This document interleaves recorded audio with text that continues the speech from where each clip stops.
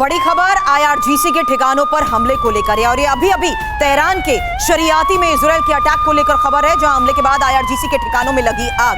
देखिए तस्वीर, आईआरजीसी के ठिकाने लगातार हमले हो रहे हैं और जिस तरीके से तेहरान में हमलों को अंजाम दिया जा रहा है उसमें साफ है कि आईआरजीसी के ठिकानों पर बैक टू बैक हमले हो रहे हैं। ये अब से थोड़ी देर पहले तेहरान के शरियाती में इजराइल के अटैक की तस्वीर सामने आई है, जहां देखिए किस तरीके से इलाके में लगी आग और काले धुएं का ये गुबार। हालांकि हमले के बाद कई ठिकानों को ध्वस्त करने का दावा किया जा रहा है और ये आईआरजीसी का एक और ठिकाना जहां आग लगी। और ईरान के सैन्य ठिकानों पर अटैक। सेंट्रल तेहरान में इजराइल का हमला, एयर स्ट्राइक के बाद तेहरान में भीषण तबाही।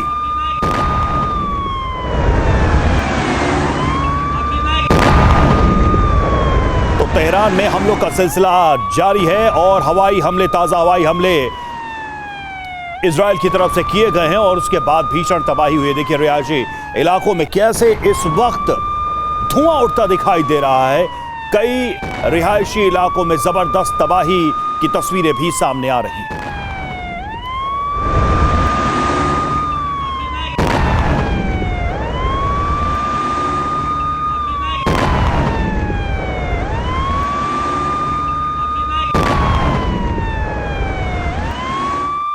बहरीन के बापको रिफाइनरी पर अटैक। बड़ी खबर, ईरान ने रिफाइनरी पर मिसाइल दागी है और इस हमले के बाद रिफाइनरी में लगी आग की ये तस्वीर, जहां साफ है कि किस तरीके से हाई वैल्यू टारगेट्स हिट किए जा रहे हैं। ईरान भी लगातार रिफाइनरीज को टारगेट कर रहा है और ये अब खबर बहरीन में रिफाइनरी पर अटैक की और वो तस्वीर जहां देखिए रिफाइनरी पर हुए धमाकों के बाद आग की ये तस्वीर। खबर ये कि रिफाइनरी पर मिसाइल दागी गई।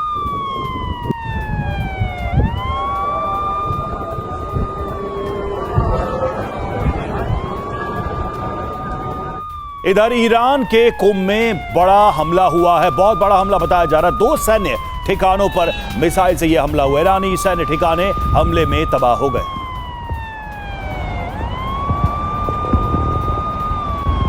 और अब ईरान युद्ध की सबसे बड़ी खबर है और ये तेल अवीव पर क्लस्टर बॉम्ब से हमले को लेकर खबर है। तेल अवीव पर ईरान के क्लस्टर बॉम्ब से प्रहार की खबर। क्लस्टर बॉम्ब से हमले में तेल अवीव में मची तबाही की तस्वीर। हालांकि रिहायशी इलाके में क्लस्टर बॉम्ब गिरे हैं, घर और गाड़ियां कैसे खाक हो गई। तेल अवीव में भीषण आग की ये तस्वीर सामने आई है। क्लस्टर बॉम्ब से ही आपको बता दें, एक के बाद एक कई हमलों कैसे कामयाब हो जाते हैं, क्योंकि रवि एक्सपर्ट्स हमें समझाते हैं कि क्लस्टर बॉम्ब एक ऐसी ताकत है जिसके जरिए वार किया जाए तो छोटे छोटे बॉम्ब्स के जरिए बड़े स्तर पर इलाकों को निशाना बनाया जा सकता है। और ये तेल अवीव पर क्लस्टर बॉम्ब से हुए प्रहार की तस्वीरें सामने आई हैं और ये ईरान का क्लस्टर बॉम्ब से प्रहार, जहां तेल अवीव में बड़ी तबाही मची। और इन तस्वीरों को देखकर भी समझा जा सकता है कि कैसे छोटे छोटे बॉम्ब्स अलग अलग इलाकों में बड़ा डैमेज कर सकते हैं।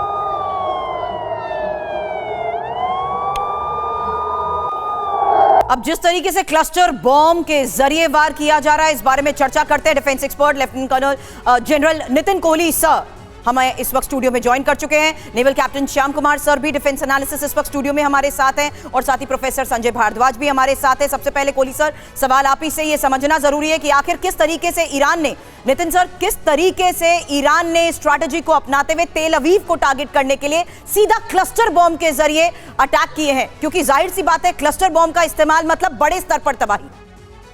जी देखिए, इसमें कोई शक नहीं है, ईरान इस समय अमेरिका और इजराइल की ताकत को तो मैच नहीं कर सकता 1 to 1 अगर हम करें कि एक मिसाइल के लिए एक मिसाइल, एक जहाज़ के लिए दूसरा जहाज़, लेकिन जो एसिमेट्रिक वॉरफेयर कर रहा है उसका यही तरीका है।